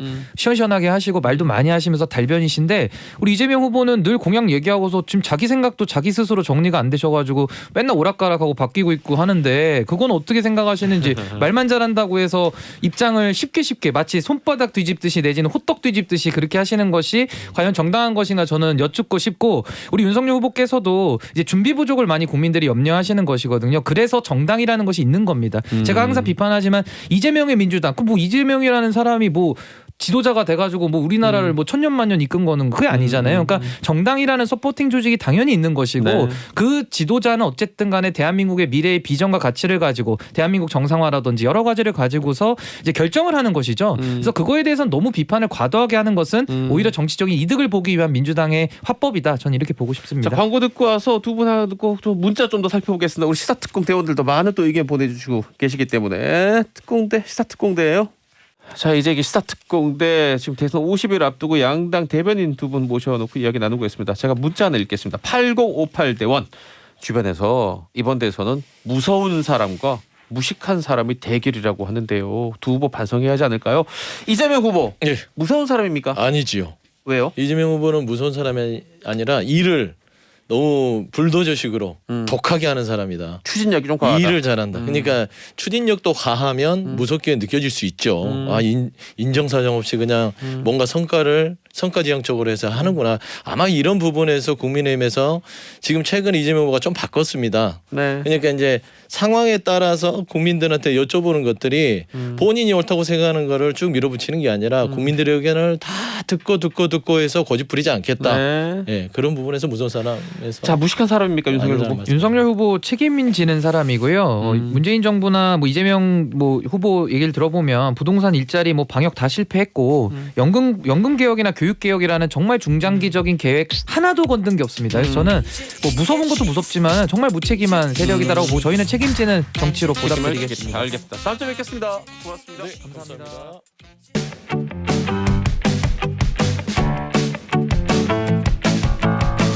자, 시사특공대 월요일 4부입니다. 스포츠와 연예중.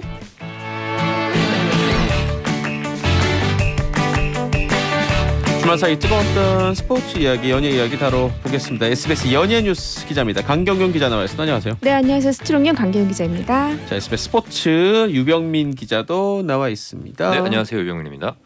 자, 베이징 올림픽 소식으로 좀 시작해 볼 텐데 지난주에도 소개해 주셨어요. 스노보드 혼성 종목에서 이번에는 처음으로 또 메달이 나왔습니다. 네, 그렇습니다. 사실 혼성 종목은 올림픽 공식 종목, 그러니까 이상호 선수와 정혜림 선수가 나선 이 혼성 스노보드 평행 대전 종목은 올림픽 정식 종목은 아니에요. 그냥 국제 스키 연맹 스노보드 파트에서 이제 이벤트성으로 이제 매번 대회를 열고 있는데 지금 일단 지난 주말에 우리 이상호 선수와 정혜림 선수가 혼성 평행 대회전에서 처음으로 동메달을 따냈습니다. 사실 이상호 선수 개인적으로는 이번 월드컵에서 무려 4개의 메달을 따내면서 엄청난 선전을 보여줬거든요. 네. 근데 혼성전에서는 좀 아쉽게 메달이 없었는데 이번에 마지막 이 올림픽을 앞둔 마지막 대회에서 값진 메달을 따내면서 이 정혜림 선수에 대한 기대도 키워볼 수 있게 됐고요. 이 전에 열린 이 마지막 올림픽을 앞둔 마지막 개인전에서 이상호 선수는 9위를 기록을 했습니다. 하지만 시즌 포인트가 434점으로 여전히 1등을 달리고 있어서 올림픽을 앞두고 세계 랭킹 1위의 자격으로 베이징 슬로프에 서게 됐습니다. 와우. 그러니까 이 윤성민 선수가 썰매 종목에서 1위로 이렇게 간 적은 있어도 이 스키 스노보드 설상 종목에서 우리나라 선수가 1등을 유지하고 있는 건 처음이거든요. 올림픽이 끝나고 이제 3월에 다시 월드컵이 열리는데 지금 2위인 독일의 바우이마이스터 선수랑 점수 차이가 한 28점 정도 차이가 나요. 이 선수도 지금 이번 대회 계속 메달을 따고 잘하는 선수인데 사실상 이 선수와 이상호 선수가 베이징 올림픽에서 이 종목에서 금메달, 은메달 다투지 않을까 전망을 하고 있습니다. 그 10수년 전에 그 밴쿠버 2009년인가요? 2010년 밴쿠버 올림픽 갈 때 제가 이런 거 어떻게 압니까? 그래도 방송을 하루 한 달 동안 가 있으니까 공부를 그 책으로 공부하는 거예요. 공부를 하면서 이 설상 종목도 공부할 때 봤던 글귀가 잊혀지질 않아요. 우리나라는 사실상 이 종목에 대해 지금 거의 뭐 전무한 상황이다. 선수층도 거의 없고 지원도 거의 없는 상황이라서 뭐 전혀 방송할 내용이 없었던 거예요. 그런데 10수년 만에 이런 선수들 이름이 지금 나오고 있습니다. 그렇죠. 사실 이게 평창 올림픽을 우리가 유치를 하면서 이 종목에 대한 이제 투자 그리고 유소년 선수들에 대한 적극적인 발굴 이런 것들이 이제 다 시너지가 나서 이렇게 세계적인 선수가 나오게 된 거고 이상호 선수 이제 제가 또 이제 인터뷰하면서 얘기를 들었는데 이상호 선수도 후배 선수들이 자기를 보면서 이 겨울 종목, 설상 종목에 대해서 희망을 가지고 두려워하지 말고 도전했으면 좋겠다 얘기를 해요. 그래서 본인도 배추밭에서 썰매를 탔던 것처럼 스노우볼 탔던 것처럼 어려운 환경이지만 우리 선수들이 도전한다면 충분히 잘해낼 수 있을 거라 생각을 한다고 하는데 평행대회전 이게 굉장히 어려운 게 알파인 스노우보드가 진짜 경사가 이렇게 됩니다. 저도 카메라로 봐도 아찔하더라고요. 70km예요. 속도가 선수가 내려간 속도가 70km거든요. 시속. 근데 내려오기만 해도 무서울 것 같아요. 그렇죠. 예. 근데 과거에 모 선수가 저한테 얘기한 지금 감독님이신데 자기들이 여기 못했던 이유는 이런 환경을 접해본 적이 없어서 그냥 출발 때 쓰면 지렸대요. 소리 말해. 네. 그런데 요즘은 이제 스키 스노보드가 보급이 되고 슬로프가 워낙 다양해지고 평창 때 알파인이랑 경험해보면서 되게 그런 거에 경험이 쌓이면서 거기에 대한 두려움 없이 선수들이 열심히 탈 수 있다 이렇게 얘기를 하더라고요. 알겠습니다.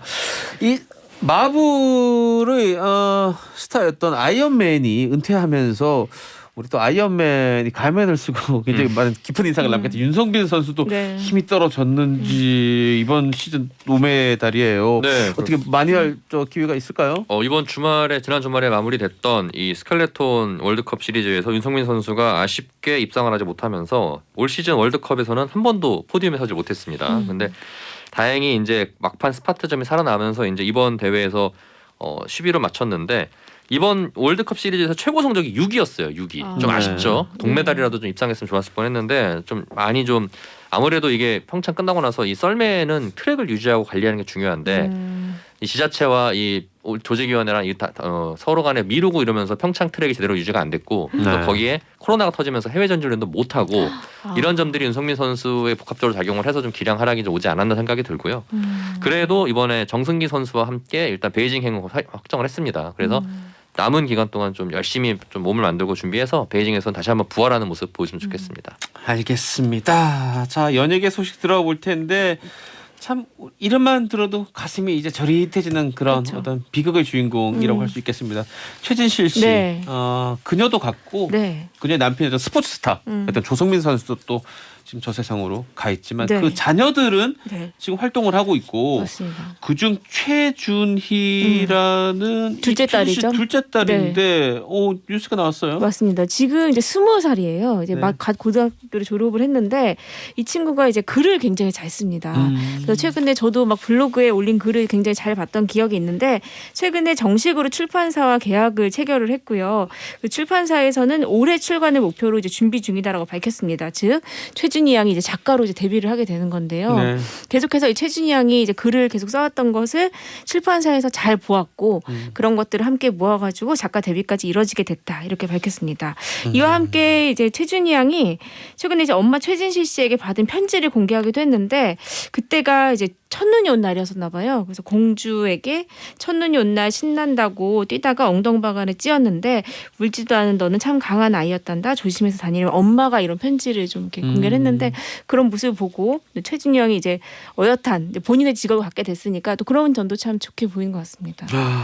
이제 20살이 되었다고 합니다. 네. 최준희, 이제 최진실의 딸이 아니라 네, 작가로서 이제 홀로서기를 하는 최준희 작가가 들려준 이야기 어떨지 모르겠는데 사실 이 최진실 그리고 조성민 이 세 개의 어떤 그렇죠. 커플이 딸이라는 이유만으로 굉장히 또 어릴 때부터 관심을 많이 받았고 네.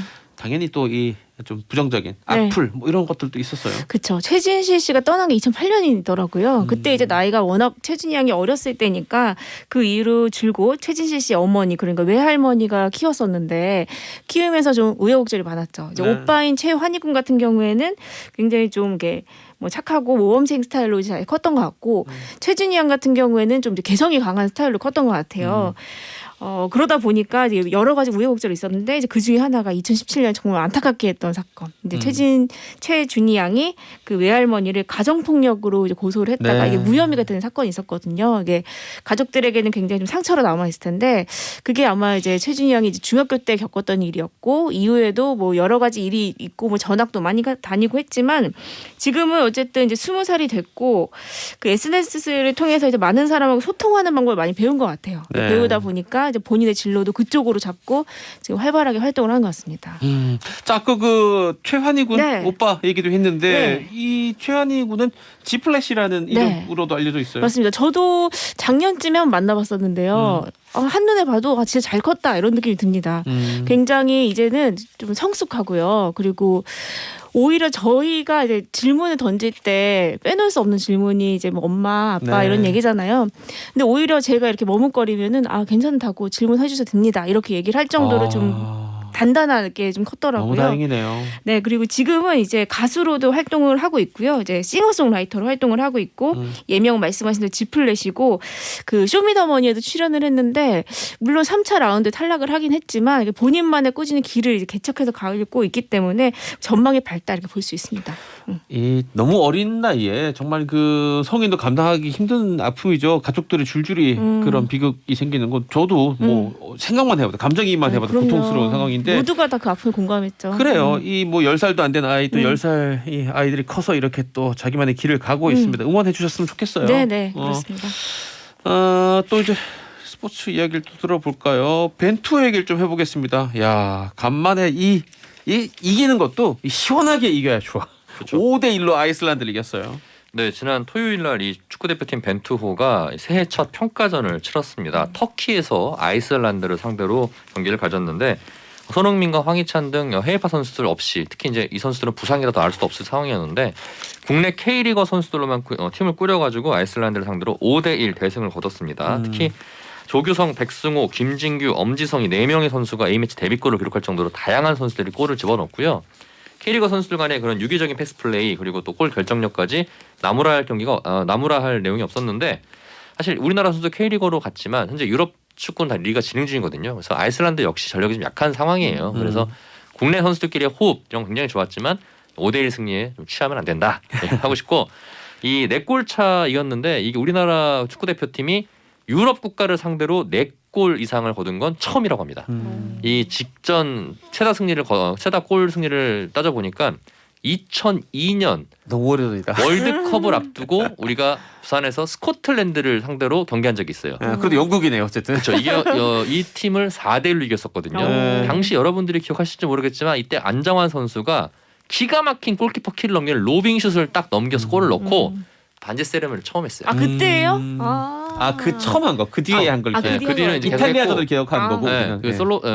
계속했군요. 스코틀랜드의 전 때 이걸 처음을 딱 하면서 저게 아내를 위해서 하는 거구나라고 막 이슈가 됐었던 그때 이제 4대1 승리 이후로 우리가 처음으로 유럽 국가를 크게 이겼다 전해드리고 싶습니다. 사실 근데 이게 전망은 그렇게 좋지는 않았어요. 이렇게 좋은 결과 얻기 전까지. 벤투 뭐라고 합니까, 벤투 감독? 벤투 감독은 일단 일주일 정도 훈련하고 나온 상태인데 정말 좋은 경기력을 보여줬다면서 이 손흥민 선수, 황희찬 선수 등이 주전이지만 부상을 당한 선수들에 대해서 상태를 살피고 어렵다면은 대안을 찾겠다라고 했는데 일단 우리가 27일 날 레바논과 카타르 월드컵 최종 예선을 치러야 되거든요. 근데 영국 현지에서 언론들이 손흥민 선수가 1월까지는 경기 뛰기 힘들 것이라고 전망하기 때문에 분명히 대안을 찾아야 돼요. 근데 거기에 이제 우리 K리거들 선수들이 국내 선수들이 어제 그저께 평가전에서 굉장히 좋은 모습 보였기 때문에 벤투 감독이 고민을 할 겁니다. 어떤 조합을 짜는 것이 가장 현재 최선일지 고민을 해야 될 거고 해외파 선수들 상황은 좀 역록치가 않은 상황이에요. 지금 황의조 선수도 직전에 제가 말씀드렸지만 지금 부상 때문에 지금 힘든 상황이고 그래서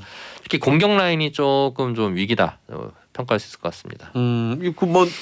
그 해외파 빠지고 국내파만으로 할 수 있는 대안, 작전, 새로운 작전 이런 거 준비를 좀 해야겠네요. 그렇죠. 근데 국내 선수들끼리의 그런 호흡은 보니까 굉장히 좋더라고요. 특히 이제 왜냐면 울산과 전북을 중심으로 많은 선수들이 들어가 있기 때문에 이 선수들이 소속팀에서도 많이 활약을 했고 호흡을 맞춰왔잖아요. 그렇기 때문에 국내 선수들 위주로 가는 것도 어떻게 보면 대안 나쁘지 않다 생각이 들고 특히 굳이 무리했다가 더 큰 부상을 입어서 정말 월드컵까지 못 가는 상황을 막아야 되잖아요. 그렇기 때문에 벤투 감독이 좀 선택과 집중을 해서 어쨌든 우리가 지금 현재 월드컵 최종 예선은 거의 8분 응선 넘었다고 봅니다. 전패를 해도 플레이오프는 충분히 갈 수 있기 때문에 잘 조율을 해서 이제 예선을 일단 무사히 마치는 게 목표일 것 같습니다. 저도 같은 생각에 무리하지 않았으면 좋겠다. 특히 손흥민 선수 같은 경우는 이 부상 당하기 전에 그 생각 전 많이 했어요. 저렇게 뛰다가는 저거 분명히 시즌 끝까지 완주 못할 텐데 분명히 중간에 한 번은 뻗을 것 같은데 했는데 너무 많이 뛰었어요. 네네. 특히 쉴 때 푹 쉬었으면 좋겠어요. 푹 쉬어야 되고 특히 이제 백승호 선수라든지 이런 선수들이 굉장히 좋은 모습 보여줬거든요. 이런 선수들 충분히 활용한다면 벤투호가 충분히 전력을 보강할 수 있을 거라 생각을 합니다. 좋습니다. 자, 다시 연예계 소식으로 넘어가는데 요거는 참 끊이질 않고 있는 소식인데 잊을만 하면 이런 것들이 하나 튀어나오는데 이게 진짜인지 사실인지 모르겠지만 의혹부터 보겠습니다. 어떤 그 연예인이 누구나 다 알만한 이 재벌 그룹 특히 이 연예 기획 또 이런 비즈니스 이쪽 비즈니스하고 또 연관이 있는 또 기업이에요. 그렇죠. 이 재벌 그룹 부회장으로부터 또 특혜를 받고 있다 이런 루머가 있는데 좀 사건부터 맞습니다. 알려주시죠. 이 부회장 같은 경우에는 그 이제 비서에게 이제 마약을 대리 구매했다 그리고 또 비서를 사적으로 이용했다 이런 것 때문에 경찰 수사를 받고 있는 상황이었습니다. 이런 과정이 이제 SBS 보도로 최초로 이제 알려지게 됐는데 이 과정에서 그 이제 이 전 부회장과 이 연예인 A씨가 주고받은 카카오톡이 뉴스를 통해서 알려지게 됐는데요. 무슨 내용이에요? 내용을 잠깐 설명을 해드리면요. 이 여자 연예인 A씨가 회장님은 뭐 하시나요? 추운데 나가지 마세요 하니까 이 부회장이 A 생각 이렇게 얘기를 합니다. 그 이후에 마치 이 부회장은 이 A씨의 그 활동에 대해서 이제 알아봐 주는 듯이 그 CJ 계열사 대표에게 A씨의 활동을 지원해달라는 내용과 함께 콘텐츠를 알아봐줘라, 앨범 활동을 어떻게 해라, 이런 식으로 이제 요청을 한 내용이 이제 담겨 있어서 이 여자 연예인에 대한 특혜 의혹이 일었던 겁니다. 이제 엔터테인먼트 업계라고 하죠. 가요라든지 영화라든지 드라마라든지 방송 수많은 이 업체들이 들어와 있습니다만 저희 SBS도 그런 중에 하나죠. 이 CJ는 그 중에서도 규모나 매출면 제일 크죠. 그렇죠. 지금 그 회사 얘기가 지금 나왔습니다. 자, 가수 A 씨에 대한 추측이 지금 누구냐 그럼 얘기했는데 네. 이코코라는 이름이 떠올랐어요. 맞습니다. 좀 처음에는 낯섭니다. 네, 아이즈원 출신의 최애나 씨가 이제 지목이 됐는데 아니라고 강하게 부인을 했었죠. 네. 그리고 이 코코 씨가 누구냐면은 CJ 계열의 이제 OTT가 있는데 이제 거기에서 나왔던 데이팅 프로그램 환승연애 출연자입니다. 아하. 이게 굉장히 좀 인기를 끌었기 때문에 이 코코 씨 역시 굉장히 인기가 높아졌었는데 그 이 코코 씨가 이 부회장과 주고받았던 카톡 내용대로 실제로 CJ 계열의 콘텐츠에 출연을 했고 그래요? 뭐 유튜브 활동도 한 게 아니냐 뭐 이런 정황들이 맞아 떨어지는 거 아니냐면서 논란이 더욱더 커졌었는데요. 여기에 대해서 이 코코 씨가 약 이제 2개월이 지나서 본인의 입장을 밝혔습니다. 본인은 어떤 얘기를 했냐면요. 그러니까 본인은 이제 이 부회장과 이제 어머니 친구분의 소개로 딱 한 차례 식사만 했고 그 이후로 여러 차례 뭐 연락이 오긴 했지만 자신이 사적으로 대화한 적도 없었고 다시 한번 만난 적도 없었다. 그러니까 즉 이 전 부회장과의 어떤 뭐 사적인 뭐 친밀감이 없었다라고 주장을 하고 있는 것 같고요. 이 부분에 대해서 그 뭐 본인은 이제 뭐 환승연에 출연을 하거나 혹은 자신이 유튜브 활동을 하는 것에 대해서 CJ와 함께 했던 거에 대해서 어떠한 특혜도 없었다. 정당하게 뭐 제작진과 미팅을 통해서 있었던 것이다. 이렇게 부인을 했습니다. 한마디로 낙하산 캐스팅이 아니다. 이런 내용이었죠. 그래요. 의혹은 이코코 씨 회장님으로 환승한 겁니까? 그런 의혹이 나오니까 아니 밥만 먹었어요. 그냥 밥은 밥한 번 먹은 같이 건 사실이지만 먹었어요. 네, 이제 사적인 관계는 아니다라고 이제 주장을 한 거죠. 라고 예. 또 본인 입장을 밝혔다고 네. 합니다. 정말 태어나서 처음 들어봐가지고. 이코코 씨요? 네, 저는 그래서 찾아보고 있었어요. 네, 그래서 또 놀림 받으려라 했는데 모르신다길래 어쩌면 다행이다. 그렇죠. 근데 이제 막 활동을 시작하고 있는 얼굴을 계속 알리고 있는 그런 상황입니다. 우리라고 해서 죄송합니다. 유병민 기자님 세대가 다른데 그러니까 유병민 기자 말고 제 세대에서 코코는 저도 이거죠. 알죠. 더 모르실걸요? 그럼요. 아이, 그럼요. 제 세대에서 코코는 이거예요. 당연히. 코코코 코리투. 요건 그만합시다. 제품명이 나오니까 감기약이 생각납니다. 지금 밖에서 우리 PD님 보니 지금 제가 지금 무슨 얘기 하는지조차 몰라. 모르겠죠. 예, 이 감기약은 본 적도 들은 적도 없을 거야 아마. 자 다시 좀 흐뭇한 이야기를 해보겠습니다. 스포츠 소식인데 김연경 선수 사실 항상 뭐든 이 랭킹 중에서는 네네. 상위권에 있긴 했습니다만은 와 또 뭐 하나 좋은 또 이 소식이 들려왔네요. 네, 김연경 선수가 어젯밤에 이 국제 배구 연맹이 이제 운영하고 있는 발리볼 월드닷컴이라는 매체가 있습니다. 네. 근데 MLB에 MLB.com이 있듯이 이렇게 있는 매체라고 보시면 되는데 이 발리볼 월드닷컴에서 2021년 최고의 선수 1위부터 12위까지 랭킹을 매서 발표를 했어요. 네. 그런데 1등에 여자 배구 선수 1등에 당당히 와. 김연경 선수가 이름을 올렸습니다. 자 1위. 발리볼 월드닷컴이 이게 힌트를 줬어요. 공개하기 전에 1988로 힌트를 줬는데 나이.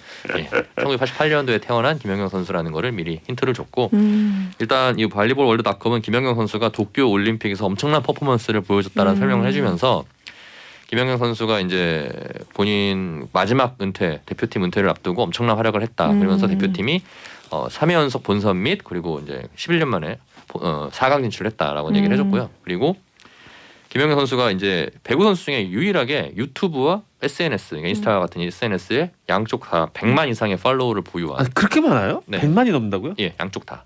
그래서 사회적 영향도 굉장히 많이 끼치는 선수고, 그리고 이제 터키 프로팀을 이끌고 이제 터키 감독을 이끌었던 그 규네티 감독의 멘트를 따서 김연경 선수는 미국 선수의 뭐 유럽 선수의 기술과 미국 선수의 힘과 아프리카 선수의 뭐 민첩성과 아시아 선수의 기술 등 다 공으로 갖춘 최고의 선수다라는 끝판왕이라는 거. 그렇죠. 끝판왕이라는 끝판왕이라는 얘기네요, 극찬을 또 했습니다. 그래서 오늘 저도 8시 뉴스로 준비하고 있습니다. 진짜 저는 그 아까 기자님께서 가끔 양효진 선수 얘기할 때도 생각하지만 진짜 1988 30대 중반이에요 지금. 그렇죠.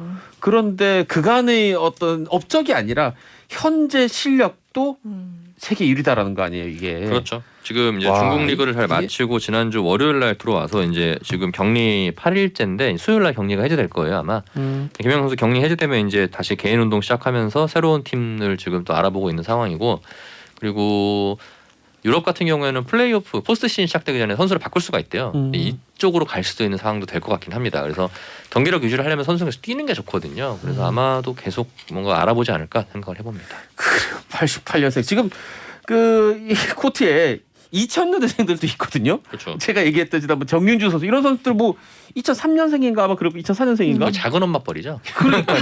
야. 그런데 현재 실력으로 랭킹 1위를 차지했습니다.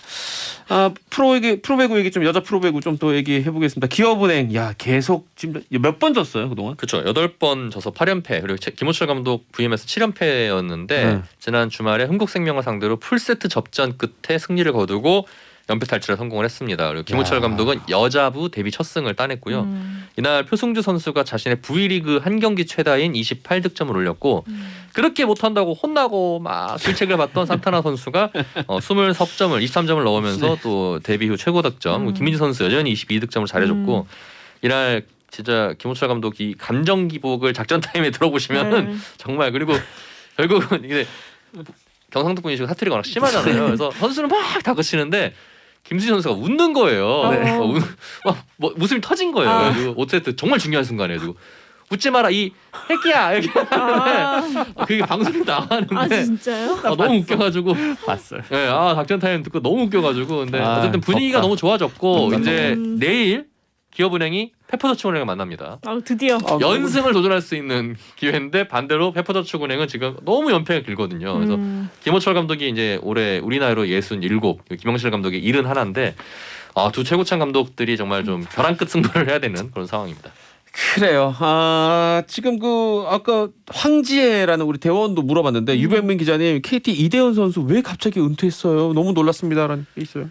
예, 뭐 저도 갑작스럽게 은퇴 발표를 접하고 나서 깜짝 놀래서 좀 취재를 해봤는데 일단 뭐 갑작스러운 은퇴라기보다는 본인은 꽤 지난 겨울부터 생각을 했었나 봐요. 이제 힘든 상황 그리고 이제 30대 중반의 나이로 접어들고 있고 또 한번 수술도 했기 때문에 거기에 대한 부담 그런 것도 있고 또 결혼을 했잖아요. 그래서 본인이 가정을 이끌인 가장으로서 이게 야구로서 이 가정을 쭉 이어가기에는 좀 힘들 수도 있다 생각을 했고 또 아내분이 또 연예인이시고 그렇죠. 누군지 아세요? 알죠. 그래서 여러 스포츠 관련된 건 알아요. 이대현 선수 와이프길래 아는 겁니다. 스포츠 관련된 스포츠 외적인 걸로 좀 뭔가 하고 싶어 한다. 가족으로 하시는 거군요. 그렇죠. 구단에서 이렇게 생각을 해서 은퇴를 결정하게 됐고 KT 입장에서는 시즌을 앞두고 있는데 좀 어쨌든 불펜에서 중요한 역할을 해야 되는 선수가 빠져나가서 좀 이 공백을 메우는 거에 좀 고심하고 있는 상황입니다. 자, 조금 무거울 수도 있지만 짧게 얘기 들어보겠습니다. 이 샤이니 멤버 태민 씨가 입대했다는 얘기가 나오는데 이게 좀 우울증이라는 단어가 같이 있어요. 맞습니다. 지난해 5월 31일에 현역으로 입대를 했는데 지금 군악대대에 있다가 보충역에 편입이 됐습니다. 이유는 우울증과 공황장애 너무 악화됐다는 내용이고요. 이에 대해서 이제 같이 함께 훈련을 한 동기들이 많은 증언을 해주고 있고 정말 이제 상황이 좀 심각했다. 그리고 태민 씨도 나가서 더욱더 그런 반응들이 걱정된다 이런 반응 보였다고 합니다. 사실 다들 알다시피 샤이니 다른 멤버 그쵸. 종현 씨는 너무 또 큰 사건이 있었죠. 저도 되게 많이 울었거든요. 자주 봤던 친구라서 그랬는데 그래서 참 팀명은 샤인인데 이런 멤버 본인들은 참 힘겹게 버티고 있구나 생각이 들어서 가슴이 또 너무너무 아픕니다. 네네 맞습니다. 뭐 여기까지 하도록 하고 우리 두 분 기자님들 다음 주에 또 뵙도록 하겠습니다. 고맙습니다. 네, 감사합니다. 이제 이게 시사특공대예요. 광고 듣고 돌아옵니다. 어제 유병민 기자가 그 여자 프로배구 기업은행이 8연패를 끊고 승리의 감격을 누렸다는 얘기를 했더니 저희 오래된 또 시사특공 대원이죠. 이진욱 대원이 제가 바로 그 경기를 직접 가서 봤습니다. 정신력, 수비력, 간절함에서 IBK 기업은행이 앞서서 이긴 것 같습니다. 원래는 그냥 세트스코어 1대3으로 지는 건데 그래도 흥국생명 정윤주가 잘해줘가지고 2대3으로 졌어요 라는 경기 평을 남겼습니다. 오늘 저희 시사특공대 이 방송 잠시 후에 끝나거든요. 여러분 아쉽죠? 아쉬운 분들은 그냥 저희 이 유튜브 스트리밍 쭉 그대로 이어서 보면 됩니다. 한 5, 6분 뒤에 저 유튜브 라이브 댓글쇼죠. 점호 시간 시사특공대 점호 시간이 있습니다. 오늘 특별히 출연할 게스트가 또 한 명 있다 그러는데 누굴까나? 시사특공대였습니다. 잭디는 12시에 내일 다시 돌아옵니다. 바이바이.